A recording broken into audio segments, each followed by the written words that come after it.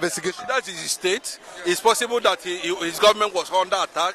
It's possible that his enemies used that particular day, just to discredit him. And that's why he's coming out in defense. IPOB does not fear anybody.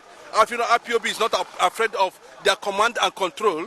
IPOB is not afraid of who they are. IPOB is not afraid of the burden they are carrying. And they have come out to tell you that in their quest to establish the Republic of Biafra, they do not go into violence. It's as simple as that. Non-violent approach. Anybody that is bringing violence to what IPOB is trying to achieve, that is his own business. It's not left for the government to conduct an investigation.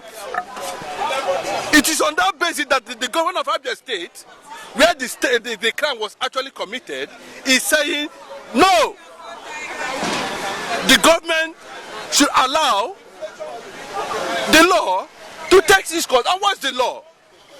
I've not seen anywhere in the Nigerian constitution where the principal attack is a law. I've not seen anywhere in the constitution of Nigeria where the military, goes on a revenge and leveled everywhere. It's not in the Nigerian constitution. In a situation like this, where there was a guerrilla attack on the state, you don't go about chasing people in Abia State, killing people in Abia State because you wear military uniform. Then what is the work of the police? And that is what the governor is saying. Let there be an independent investigation to that. And I believe that the governor, Alex Otti, will do the needful at the end of the day. Okay, but do you not think that they want to, there are people that don't want to just sabotage his efforts, in that state? Because this guy is someone that is really working. Do you not think that they don't want to just cause commotion, cause problem in that state? Yes, I think to an extent, Alex Otti is a revelation. He's a revelation in the sense that the kind of breath of life, leadership with the breath, is giving them energy. Currently now in Abia State, is showing that no, Abia can never remain the same. It's showing that leadership is achievable.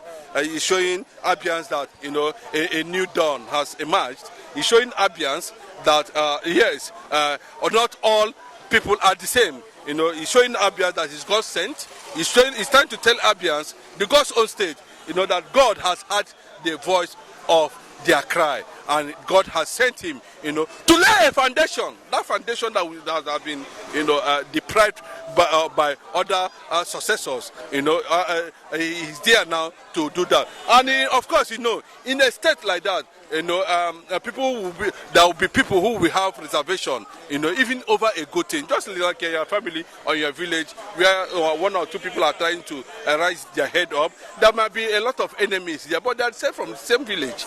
That's what I'm pointing out. So you can't rule out enemies of Alex Otti trying to sabotage the good work he's doing in Abia State. And I believe Alex Otti will handle that perfectly and quietly. Okay, thank you very much. Why Ekpa is doing what he's doing in Finland.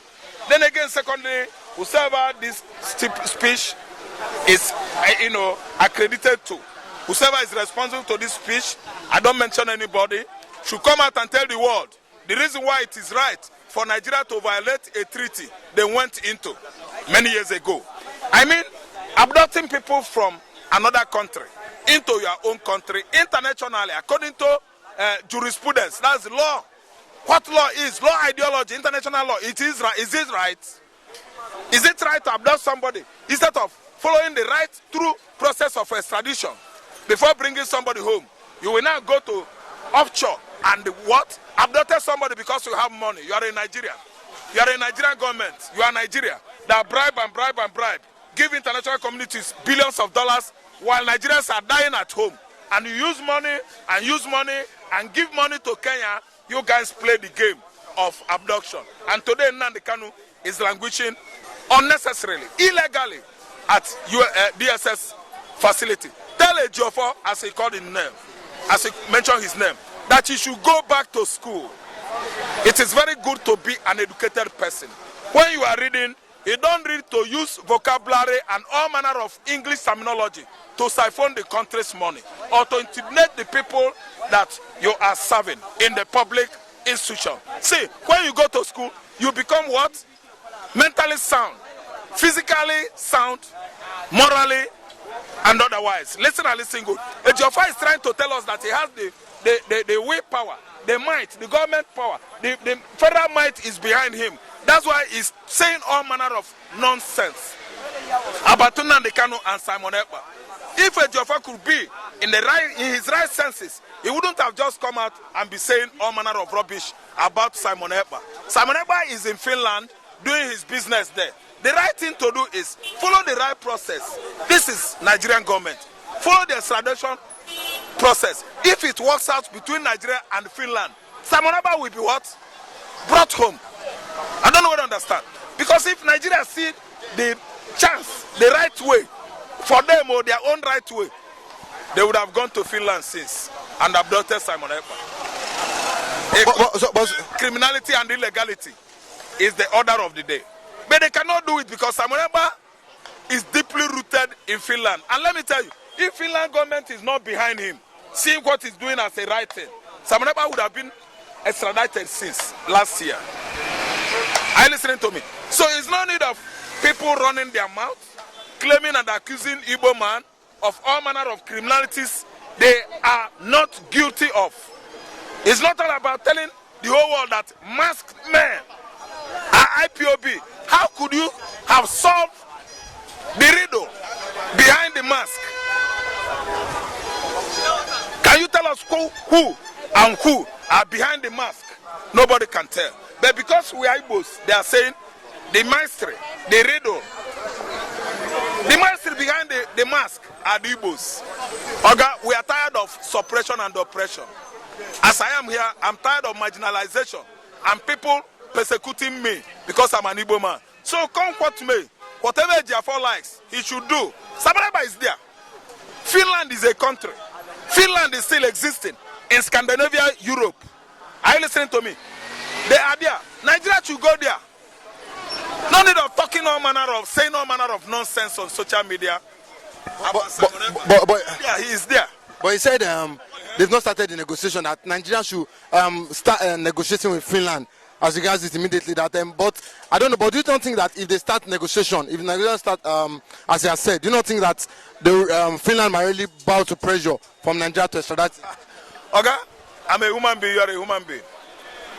If what Simon Ekpa is doing is liable to punishment, Finland can do that. In Finland again, I made one point here. If what he's doing is wrong, liable to punishment, that's liable to error, Finland will do the needful. Now see another point too. If Finland is a rubbish country, a country where illegality is the common order of the day, a country that embezzles the money that the Commonwealth that means for the whole finish. I listen to me. Finland can do so.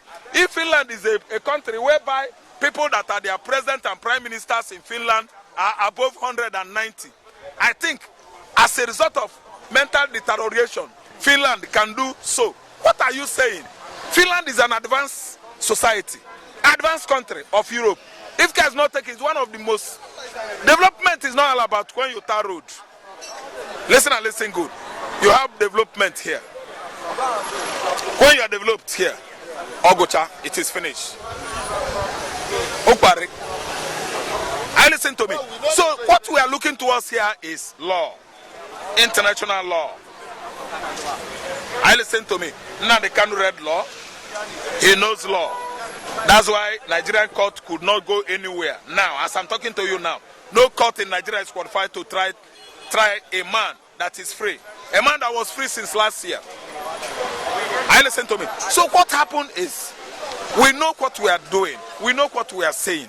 Nobody can tell us what to do because we know our rights. Nigerians know their rights. It's not about using soldier and police shooting at civilians. This time around, Biafra has gone beyond that. Biafra now, you see, is a spirit, is an idea. It cannot die. Kotsi, Rewan, that Yoruba guy, he said it's a spirit.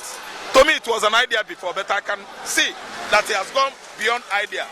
What? From idea to spirit. And you know that spirit is immortal.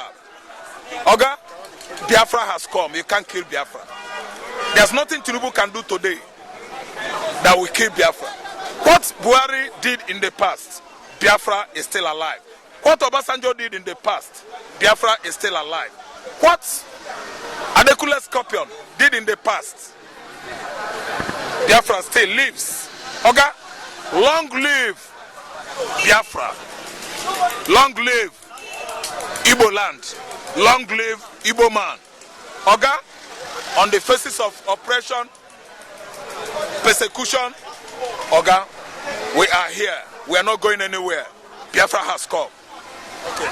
But during Ekpa Tosu, during Ekpa Tosu with Sheon Kuti, you know, it meant Sheon was like Ekpa should come down here and fight for Biafra freedom, liberation. But you know, do you not think that if Ekpa do like what Ejiofor said? He said Ekpa should come home and fight for Biafra. But do you think it's wise of him to come down, or he should remain there in Finland fighting for his people? That Ejiofor is talking like someone that has not seen 4 walls of university or school.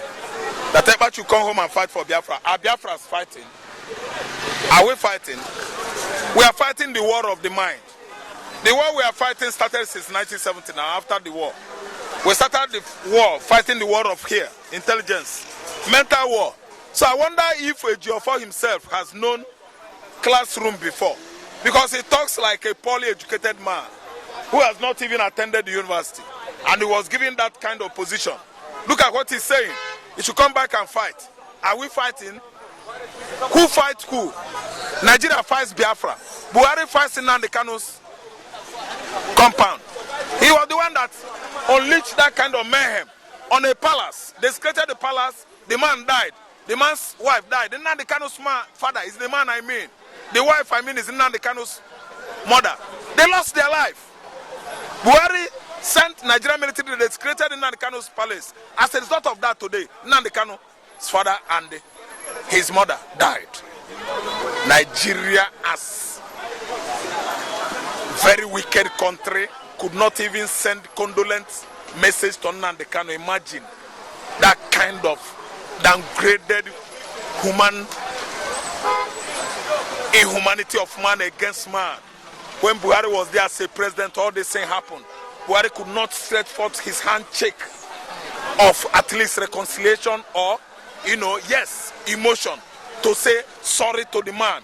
Do you know that Buhari, 150,000 Buhari could not what ordinary finger of Nnamdi Kanu, a finger of Nnamdi Kanu. So I don't equate both personality at all. Nnamdi Kanu is too further than Buhari and his cronies. And here comes here today, Tinubu is just manifesting Buhari and denying it, that only Igbo should be free, and Nnamdi Kanu is there. And later he will tell us that he went to Toronto University and Chicago. Okay, when you went to school, if you behave, if you interact with people, they will know that you actually went to school. So let me tell you, what I'm seeing here in this part of the world is not right at all. Nigeria is not doing well at all. What they did, what Nigeria was under Buhari, what Nigeria is under Tinubu today, okay, I totally write them off.